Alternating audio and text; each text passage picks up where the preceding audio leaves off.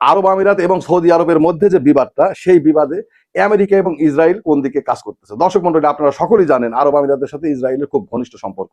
মূলত ভারতের সাথে আরব আমিরাতের এই চুক্তির পিছনে ইসরায়েল আছে বলেই ধরে নেওয়া হয়। আর ওইদিকে সৌদি আরব যে কাজগুলো করতেছে, আরব আমিরাতের প্রেসিডেন্টকে উৎখাত থেকে শুরু করে আরব আমিরাতের বিবাদ, এই জায়গাতেই ডোনাল্ড ট্রাম্প অর্থাৎ আমেরিকা সৌদি আরবকে অনেকটা মৌন সম্মতি দিয়ে যাচ্ছে। কারণ সৌদি আরব থেকে আমেরিকা যে পরিমাণ সহায়তা পেয়ে থাকে, এই পরিমাণ সহায়তা তো আর কোথাও থেকে পায় না। আর মধ্যপ্রাচ্যের রাজনীতি নিয়ন্ত্রণ করতে হলে সৌদি আরবকে দরকার আমেরিকার। খেলাটা এখানেই জমে উঠেছে দর্শক মন্ডলী। সবথেকে বড় কথা হচ্ছে যে নেতানিয়াহু ইসরায়েল গাজাকে ধুলায় মিশিয়ে দিয়ে আমেরিকার হাতে তুলে দিলেন, সেই ডোনাল্ড ট্রাম্প এখন সেই গাজার পিস কমিটিতে নেতানিয়াহুকে অন্তর্ভুক্ত করার জন্য $1 বিলিয়ন চেয়েছে।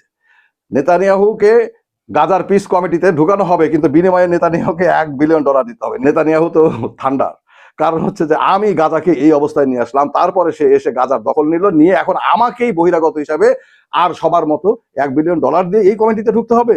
দর্শক মন্ডলী, ডোনাল্ড ট্রাম্প এ পর্যন্ত প্রায় 50টির অধিক রাষ্ট্র নায়কের কাছে চিঠি পাঠিয়েছে এই পিস কমিটিতে যোগদান করার জন্য, এবং প্রত্যেককেই বলেছে তাদেরকে চাঁদা হিসাবে $1 বিলিয়ন দিতে হবে। তার মধ্যে নেতানিয়াহু অন্যতম।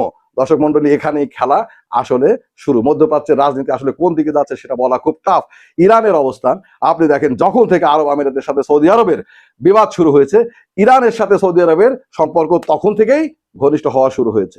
এমনকি এইবার যখন ইরান আক্রমণ ধোয়া তোলা হলো, সেই সময় সৌদি আরব ইরানের পক্ষ নিয়ে যেভাবে দাঁড়িয়েছে, এটা একটা কল্পনাতীত, অকল্পনীয়। এ পর্যন্ত এরকম ঘটনা দেখা যায়নি। দর্শক মন্ডলী, অনেকেই বলে থাকেন ইরানের সাথে এখন সৌদি আরবের নিচে ভিতরে ভিতরে একটা সম্পর্ক তৈরি হচ্ছে। সৌদি আরব ইরান আরব আমিরাতকে কেন্দ্র করে তারা একাট্টা হয়ে কাজ করতেছে। আরব আমিরাত যেমন এখন সৌদি আরবের শত্রু, আর ইরানের শত্রু বহুত আগে থেকেই। আরব আমিরাতের রেজিম চেঞ্জ করার জন্য এখন কাজ করতেছে। এখন বুঝে নেন কারা কারা কাজ করতেছে। দর্শক মন্ডলী, মধ্যপ্রাচ্যের রাজনীতি জমে উঠেছে।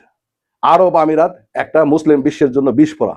যদি কোনো ঘটনা ঘটে তাহলে সেটা মুসলমানদের জন্য, মুসলিমদের জন্য অবশ্যই ভালো হবে। দর্শক মন্ডলী, ভালো থাকবেন সকলে। লাইক করবেন, শেয়ার করবেন, সাবস্ক্রাইব করে সঙ্গে থাকবেন।